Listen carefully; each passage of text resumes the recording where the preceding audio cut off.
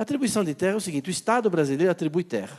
Você tem uma fazenda produtiva, tudo, mas ele pode decidir que vai para a reforma agrária. Acabou, vai. Ele faz um decreto e acabou. Você pode reclamar, TDA, o valor, está desapropriado. E se quiser ampliar um parque nacional, ele amplia. Então, o Brasil, que era grande, ficou pequeno, né? Porque tem muita terra atribuída no Brasil. Em primeiro lugar, nós temos atualmente 1.871 unidades de conservação no Brasil. Se você perguntar qual é a unidade essa, aquela, lá na Embrapa a gente tem o banco de dados de cada uma, quando foi criada, etc. Isso é no sentido da ONU, né? O lato sensu de unidade de conservação, incluindo APAs, né? Áreas indígenas, terras indígenas, tem exatamente 600 redondinhas agora, 14% do Brasil, a mesma coisa. Você perguntar lá na Embrapa o que é essa área indígena aqui, nós vamos dizer qual é a etnia, se está homologada, se não está. Então, a gente mantém esse banco de dados. Quando você junta a área de unidade de conservação com índio, dá o que a ONU chama de áreas protegidas. Então, isso é um banco de dados que tem na UNEP, está disponível na IUCN, também em Genebra. São as áreas protegidas dos países. Quais são as áreas protegidas da Rússia? São os parques nacionais da Rússia, mais as áreas dos índios deles lá, os Kirguizes, os Lapões, não sei o quê.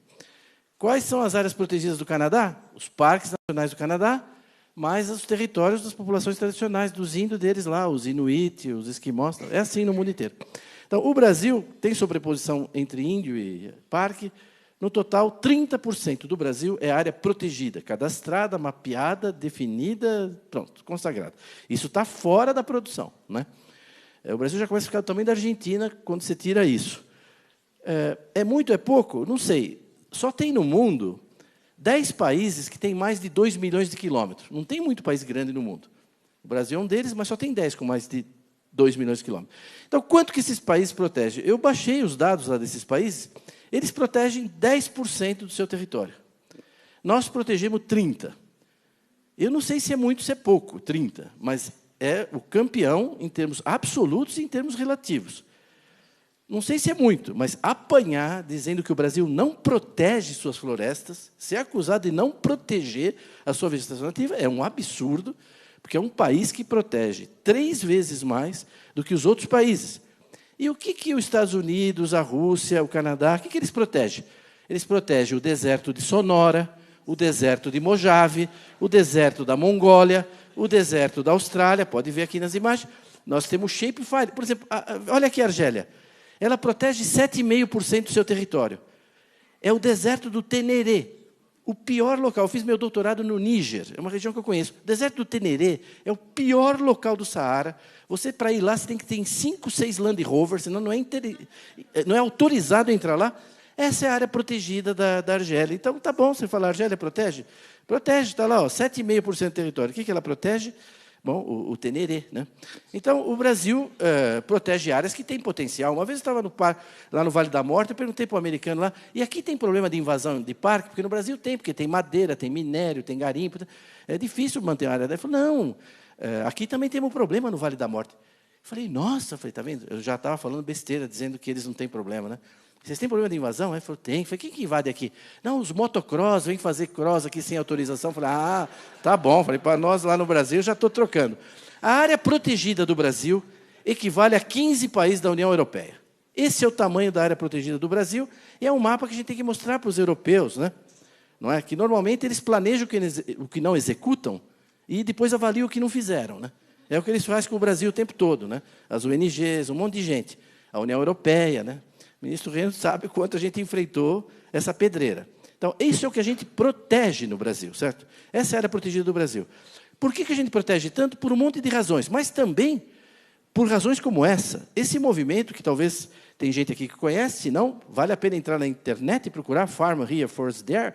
Esse aqui é um documento de 80 páginas.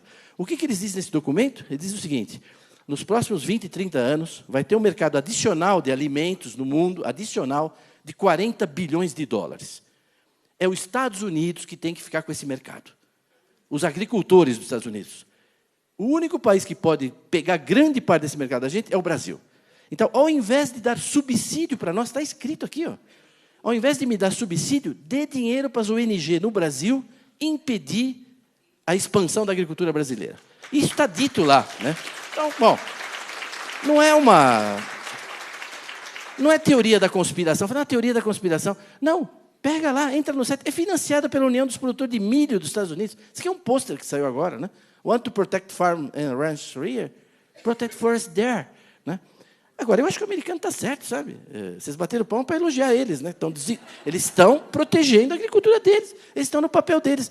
Agora, tem gente aqui que está trabalhando também para isso, né? Aí já é um problema mais delicado, né?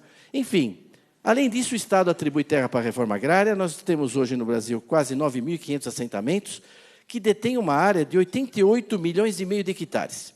Quer dizer, é uma vez e meia a área da produção de grãos do Brasil. Esses 240 milhões de toneladas, a gente produz uma área que é muito menor que essa. 10% do Brasil está na mão do INCRA e institutos correlatos em alguns estados, né? Quer dizer, é um Terrabras, né? Tem a Eletrobras, tem a Avibras, tem o Terrabras, o INCRA, o maior latifúndio do país, né? 10% do país. Se você tirar aqueles 30% que não pode usar, na realidade o INCRA tem quase 20% do Brasil, está na mão do INCRA. Será que falta terra para a reforma agrária? Pode ser que falte ainda em algum lugar, mas nós já demos bastante terra, hein? Vocês não acham? 20% do Brasil, não está de bom tamanho? Os grãos, nós estamos com... Isso é uma vez e meia, quase a área de grãos. E nós atribuímos terra para quilombo. Eu lembro na Constituinte que eles diziam que era de 8 a 12. Um quilombo em Trombetas, outro não sei onde. Bom, é 296 já, né? Quase 3 milhões de hectares. Então, o Brasil, nos últimos 15 anos, ficou desse jeito aí, ó, tá vendo? Tudo isso é área legalmente atribuída pelo Estado. Tente construir uma ferrovia. Aqui, vamos visualizar tudo isso numa coisa única, né? Não, a escolha da cor é mera coincidência, não tem nada. Não. Então, então, quando a gente olha, nós temos hoje 12.500 terras legalmente atribuídas, né? É bom já ir se acostumando, né? Então, 37% do país está legalmente atribuído. Tente fazer uma rodovia aí. Ah, mas aqui pode fazer agricultura no branco? Pode, vai de helicóptero, planta de helicóptero, sai de helicóptero. Essa é a situação, né?